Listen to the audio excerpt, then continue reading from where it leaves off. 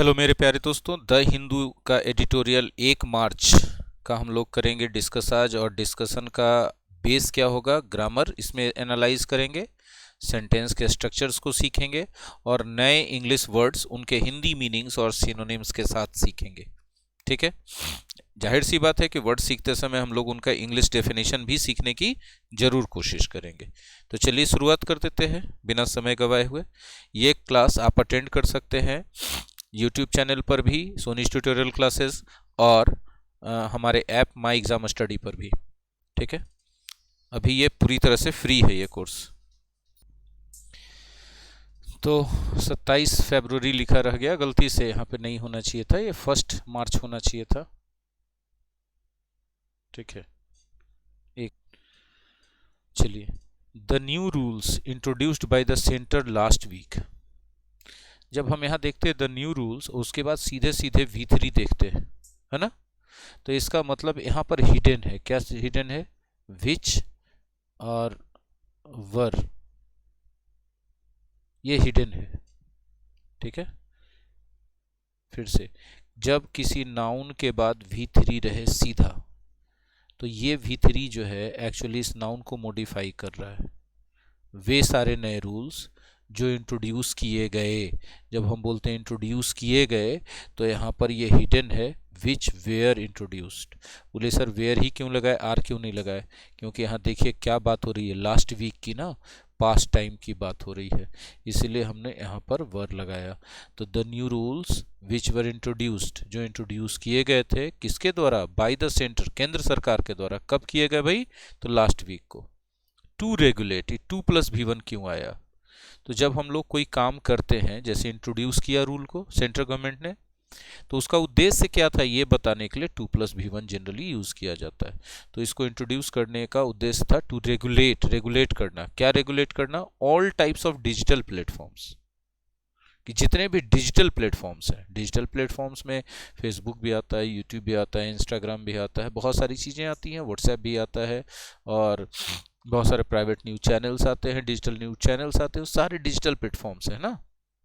उनको, जितने भी all types of digital platforms हैं, उनको रेगुलेट करने के लिए लास्ट वीक सेंटर ने, यानी केंद्र सरकार ने इंट्रोड्यूस किया न्यू रूल्स को। ठीक है। और with the idea of redressing user grievances, और इसके पीछे जो आइडिया था क्या था कि वो यूजर ग्रीवांसेस को रिड्रेस कर सके, मतलब यूजर के शिकायतों का निवारण कर सके, एंड एंश्योरिंग, और एंश्योर कर सके। ठीक है। अब आप पूछेंगे सर V4 से ऐसा कैसे? ठीक है, V4 से ये कैसे आ गया? तो देखिए बताते हैं। विद द आइडिया ऑफ क्या है? प्रीपोजिशन है ना, तो प्रीपोजिशन के बाद कोई वर्ब आएगा तो V4 होगा। ठीक है। रिड्रेसिंग यूजर ग्रीवांसेस, एंड से सीरीज चल रहा है तो फिर V4 ही आएगा। Compliance with the law, ensuring compliance with the law, और साथ ही साथ ये इंश्योर करें। इसके पीछे आइडिया क्या था? सेंटर ने लास्ट वीक जो रूल्स नए इंट्रोड्यूस किए, क्या करने के लिए? सभी टाइप्स के डिजिटल प्लेटफॉर्म्स को रेगुलेट करने के लिए। उसके पीछे आइडिया क्या था? तो उनका आइडिया था कि वो यूजर के ग्रीवांसेस को रिड्रेस कर सकें और कंप्लायंस विद द लॉ को इंश्योर कर सकें। मतलब कि जितने भी डिजिटल प्लेटफॉर्म्स हैं वो कानून का पालन कर रहे हैं कि नहीं कर रहे हैं, इस बात को इंश्योर कर सके, सुनिश्चित कर सके। ठीक है। तो वैसे rules, the new rules are deeply unsettling. ये जो न्यू रूल्स बनाए गए हैं ये अनसेटलिंग है, मतलब अभी कंफर्म नहीं है कि वो रह ही जाएंगे, डिस्टर्बिंग है, काफी परेशानी वाले हैं। क्यों? क्योंकि दे विल एंड अप, दे मतलब कौन? दे मतलब कौन? तो दे मतलब वही न्यू रूल्स, दे मतलब new rules will and up. शुरुआत तो किए गए बड़े अच्छे उद्देश्य के साथ, लेकिन जब वो खत्म होंगे, एंड अप करेंगे किस चीज में? Giving the government a good deal of leverage. Government को इससे ज्यादा एडवांटेज मिलेगा। एडवांटेज किसकी बनस्पत में? ओवर ऑनलाइन न्यूज पब्लिशर्स, मतलब जो ऑनलाइन न्यूज पब्लिशर्स है, न्यूज मीडिया है, उसके ऊपर लेवरेज मिल जाएगा गवर्नमेंट को, मतलब गवर्नमेंट डोमिनेट करेगी। एंड इंटरमीडियरीज, और इंटरमीडियरीज के ऊपर भी ये रूल करेंगे। ठीक है। दिस होल्ड्स ट्रबलिंग इम्प्लीकेशन, मतलब दिस किसके लिए आया? तो अच्छे से पीछे जाइए, पता चलेगा कि ये जो हमने बात कही ना आपको कौन सी बात? कि ये जो न्यू रूल्स के इंट्रोड्यूस करने से गवर्नमेंट को लिवरेज मिल जाएगा। लिवरेज मिलने की इस बात के लिए दिस यूज किया गया। इसमें बहुत सारे गलत ट्रबलिंग इंप्लीकेशंस है, मतलब इसके बहुत सारे परेशानी क्रिएट करने वाले, ट्रबल क्रिएट करने वाले रिजल्ट्स हैं। किसके लिए परेशानी क्रिएट होगा रिजल्ट? तो freedom of expression and right to information के लिए। मतलब अगर ये कानून अक्षर से लागू हो गया तो इसमें बहुत सारे ऐसे परिणाम आएंगे जो ट्रबल क्रिएट करेंगे वो परिणाम। और ट्रबल किस चीज के लिए होगा? फ्रीडम ऑफ एक्सप्रेशन के लिए ट्रबल हो जाएगा और राइट टू इंफॉर्मेशन के लिए ट्रबल हो जाएगा।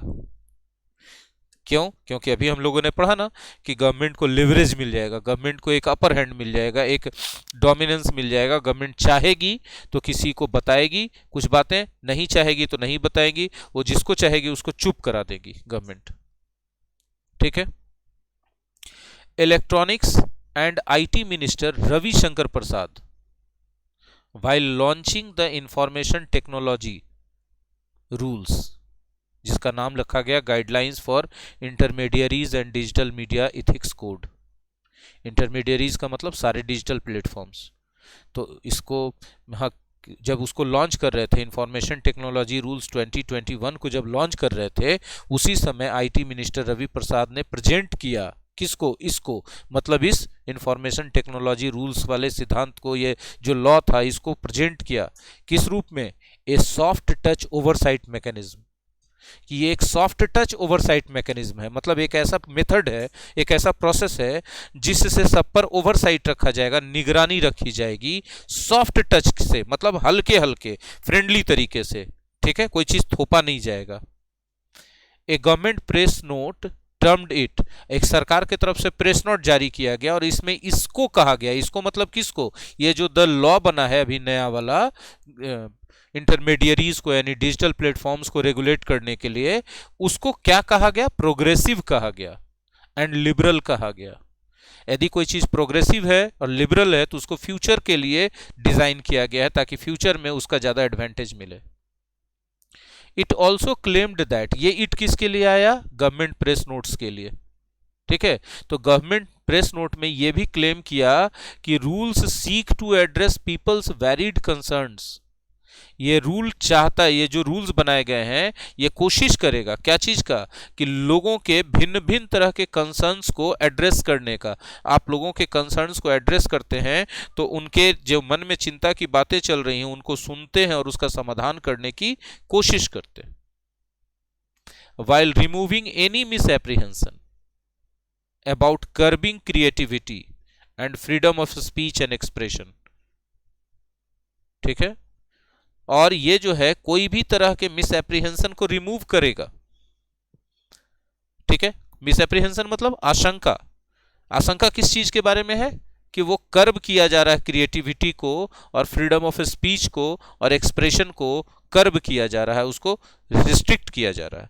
तो इसके बारे में जो मन में लोगों की आशंका चल रही है उसको रिमूव करेगा और साथ ही साथ लोगों के भिन्न भिन्न कंसर्न्स को एड्रेस करेगा। यही रूल की कोशिश होगी, रूल यही कोशिश करेगा। ये जो रूल्स बनाए गए ना, द इंफॉर्मेशन टेक्नोलॉजी रूल्स 2021, उसके बारे में बात कहा जा रहा है।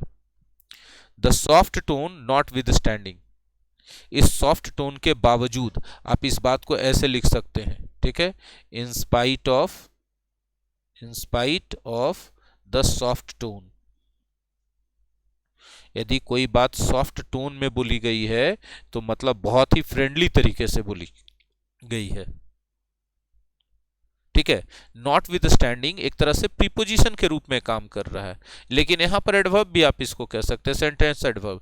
तो in spite of the soft tone, यानी the soft tone withstanding, soft tone के बावजूद, these rules force digital news publishers and video streaming services to adhere to a cumbersome 3-tier structure of regulation।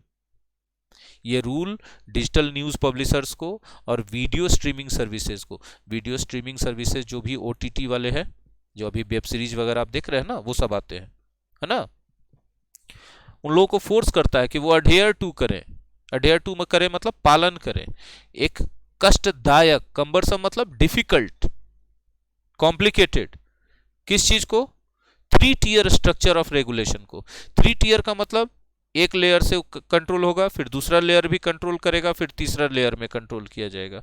ठीक है, 3 tier structure of regulation को वो वहां पर से फॉलो करे, इसके लिए फोर्स किया जा रहा है with A government committee at its apex. और ये 3 टियर स्ट्रक्चर में सरकार की एक कमिटी है जो सबसे सिर्फ शीर्ष पर बैठी है, कि पहला लेयर से आपका जांच होकर पास किए, दूसरा लेयर में गए तो तीसरा लेयर में गवर्नमेंट की एक कमिटी है जो आपको जांच करेगी। यही सबसे अपेक्स में, अपेक्स मतलब शीर्ष पर है। ठीक है, this is unprecedented in itself, अपने आप में ये चीज अनप्रेसिडेंटेड है, पहले कभी नहीं हुआ। कहां? इन ए कंट्री, किसी ऐसे देश में where the news media have been given the space all along to self regulate, किसी भी ऐसे देश में जहां न्यूज मीडिया को अपना स्पेस दिया गया है पूरी तरह से कि वो अपने आप को सेल्फ रेगुलेट करे, उसको कोई नियंत्रित नहीं करेगा, उस देश में, मतलब भारत जैसे देश में यह काम जो हो रहा है सरकार के द्वारा, ये कानून बनाया जाना, ये अनप्रेसिडेंटेड है। इसके पहले किसी सरकार ने ऐसा कोई कानून नहीं बनाया था। और based on the mature understanding that any government presence could have a chilling effect on free speech, have a chilling effect on something, कोई चीज, जैसे आप बोलते हैं कि आप क्लास में लड़के काफी मस्ती कर रहे थे, ठीक है, जैसे ही टीचर आए सब शांत हो गए, तो the presence of teacher had a chilling effect on the merriment of the students, teacher की उपस्थिति से उनका उत्साह ठंडा पड़ गया। तो ये जो गवर्नमेंट प्रेजेंस है, किसी भी तरीके से यदि सरकार बीच में घुसेगी तो इसका चिलिंग इफेक्ट होगा, किस चीज पर? फ्री स्पीच पर और कन्वर्सेशन पर, मतलब लोग खुल के मुखरित होकर अपनी बातें मीडिया में नहीं रख पाएंगे। That the new rules pertain only to digital news media, ये बात जो कही जा रही है कि जो नए रूल्स हैं ये सिर्फ डिजिटल न्यूज मीडिया से संबंधित है, उनके लिए है, and not to the whole of the news media, जो मेन स्ट्रीम न्यूज मीडिया है उनके लिए नहीं है। यह बात हार्डली प्रोवाइड्स कंफर्ट, इस बात से कोई राहत महसूस किसी को नहीं हो रहा है, क्योंकि द फॉर्मर मतलब कौन? The digital news media, farmer मतलब द डिजिटल न्यूज मीडिया। जब फॉर्मर कब यूज करते हैं? जब दो लोगों की बात हो रही होती, तो यहां दो लोगों की बात हो रही है ना, बोले कैसे सर? तो देखिए, डिजिटल न्यूज मीडिया और the whole of news media, दो लोगों की बात हो रही है, तो इसमें से जो फॉर्मर है यानी डिजिटल न्यूज मीडिया है, is increasingly becoming a prime source of news and views, क्योंकि मुख्य रूप से दिन ब दिन यही prime source of news and views बनते जा रहा है डिजिटल न्यूज मीडिया। लोगों को लगता है कि ये निष्पक्ष रूप से दिखाते हैं चीजों को। ठीक है, तो जाहिर सी बात है कि अगर आप बोलते हैं कि आप इस नियम के द्वारा सिर्फ डिजिटल न्यूज मीडिया को कवर कर रहे हैं, कंट्रोल करना चाह रहे हैं, तो यह बात बहुत अच्छी बात नहीं है। फर्दर, इसके अलावा it is of significant concern, यह बहुत बहुत महत्व की बात है कि the purview of the IT act 2000 has been expanded, ये जो रेंज है आईटी एक्ट 2000, इसका रेंज एक्सपेंड किया गया है to bring digital news media under its regulatory ambit, ताकि डिजिटल न्यूज मीडिया को इसके जुरिस्डिक्शन में लाया जा सके, इस कानून के क्षेत्राधिकार में लाया जा सके, विदाउट लेजिस्लेटिव एक्शन। और यह किया गया बिना कोई लेजिस्लेटिव एक्शन के, मतलब इसका कोई लेजिस्लेशन से इसको पास करके कोई एक्शन लेके नहीं किया गया। Which digital liberties organisations such as the internet freedom foundation have flagged, ठीक है, जिसको कुछ डिजिटल लिबर्टी ऑर्गेनाइजेशन जैसे इंटरनेट फ्रीडम फाउंडेशन ने इसको फ्लैग किया है, दर्शाया है सबके सामने। The 3-tier regulatory mechanism will seek to redress complaints, जो 3-tier regulatory mechanism बनाया गया है, कोशिश करेगा कंप्लेंट्स को रिड्रेस करने का, शिकायतों को सुलझाने का, किसके रेस्पेक्ट में? डिजिटल प्लेटफॉर्म्स के adherence to a code of ethics के रेस्पेक्ट में, कि digital platforms code of ethics का पालन कर रहे हैं कि नहीं कर रहे हैं, इससे रिलेटेड जितने भी कंप्लेंट्स आएंगे उनको ये 3-tier रेगुलेटरी मैकेनिज्म सल्टाने का काम करेगा, उनको सॉर्ट आउट करने का काम करेगा, कोशिश करेगा। विच एमंग अदर थिंग्स, ये जो कोड ऑफ एथिक्स है इसमें इंक्लूड्स क्या क्या चीज है? नॉर्म्स ऑफ जर्नलिस्टिक कंडक्ट, कि एक जर्नलिस्ट है उसका क्या कंडक्ट होना चाहिए, उसका क्या नॉर्म्स है। ये कंपाइल किसके द्वारा किया गया? प्रेस काउंसिल ऑफ इंडिया के द्वारा। the program code of the Cable Television Networks Act as also a negative list of content that shall not be published. ठीक है, और इसमें programme code of cable television networks regulation act में को भी शामिल किया गया है, जो कि एक नेगेटिव लिस्ट ऑफ कंटेंट जो है उसको भी जो पब्लिश नहीं किया जाएगा. Essentially what one would encounter under law as reasonable restriction to free speech. ठीक है, जाहिर सी बात है कि कोई भी इंसान फिर इसको लॉ के अंडर एनकाउंटर करेगा रीजनेबल रेस्ट्रिक्शन के रूप में, फ्री स्पीच के रीजनेबल रेस्ट्रिक्शन के रूप में. While there is not much that is wrong with the code of ethics per se, जबकि कोड ऑफ एथिक्स के अनुसार वो अपने आप में गलत नहीं है. What is problematic is that, जो बात समस्या वाली है वो ये है कि it will take little to bring this regulatory mechanism to vicious life. बहुत न के बराबर मेहनत में कोई भी इस रेगुलेटरी मैकेनिज्म को गलत तरीके से यूज कर लेगा. अकॉर्डिंग टू द रूल्स, जो नियम बनाए गए हैं उनके अनुसार, any person having a grievance, कोई भी आदमी जिसको कोई शिकायत है regarding content published by a publisher, किसी भी कंटेंट से रिलेटेड, जैसे अभी आया था ना एक आश्रम करके सीरियल वेब सीरीज आया था, उसमें दिखाया गया था कि एक साधु महाराज हैं जो थोड़ा सा सो कॉल्ड इमोरल एक्टिविटीज में इन्वॉल्व हैं. अब मान लीजिए कि वो पब्लिश किया गया, उस कंटेंट जो पब्लिश किया गया ये वेब सीरीज में, उससे किसी भी पर्सन को ग्रीवेंस है. ठीक है, in relation to the code of ethics may furnish his grievance on the grievance mechanism established by the publisher. ठीक है, तो वहां पर जो grievance mechanism established by the publisher है उसमें जाकर के अपने ग्रीवेंस को फर्निश करेगा, वो प्रोवाइड कराएगा कि मेरा ये शिकायत है वहां पे. सो इसीलिए literally anyone could force a digital platform to take up any issue. जाहिर सी बात है, इस तरह से कोई भी डिजिटल प्लेटफॉर्म को दबाव डाल दे सकता है कि आप कोई भी इशू को टेकअप कीजिए. It has to be taken up first, पहले टेकअप किया जाएगा under the new rules by the digital platforms grievance officer. उस डिजिटल प्लेटफॉर्म के ग्रीवेंस ऑफिसर के द्वारा इसको टेकअप किया जाएगा.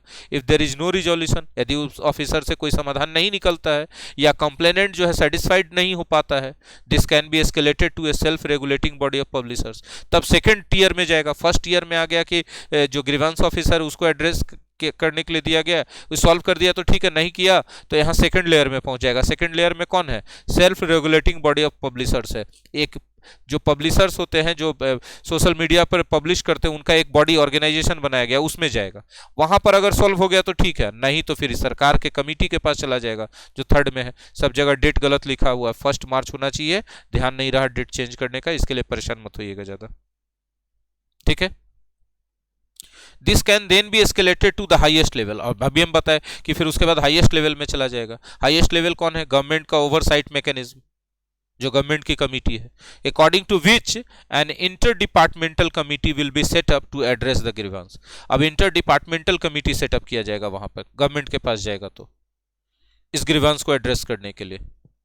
Apart from imposing A compliance burden on digital publishers, ये तो होगा ही कि डिजिटल पब्लिशर्स के पास वो कंप्लायंस बर्डन डाल दिया जाएगा, इंपोज कर दिया जाएगा कि भाई कानून है, आपको इसको मानना है.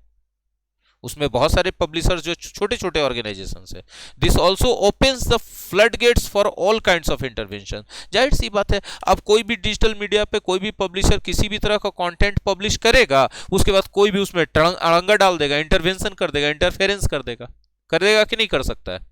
इसके साथ ही the potential for misuse enormous. अब जाहिर सी बात है, कोई भी अड़ंगा डाल सकता है तो कोई अच्छा चीज को बंद करा सकता है, बुरा चीज को कंटिन्यू करवा सकता है. इसका मिसयूज होने का जो संभावना है बहुत ज्यादा हो जाता है फिर इसके साथ ही. आई होप कि सारे स्ट्रक्चर्स और चीजें बहुत क्लियर हो गई होंगी. कंटिन्यू बने रहिए. Thank you very much.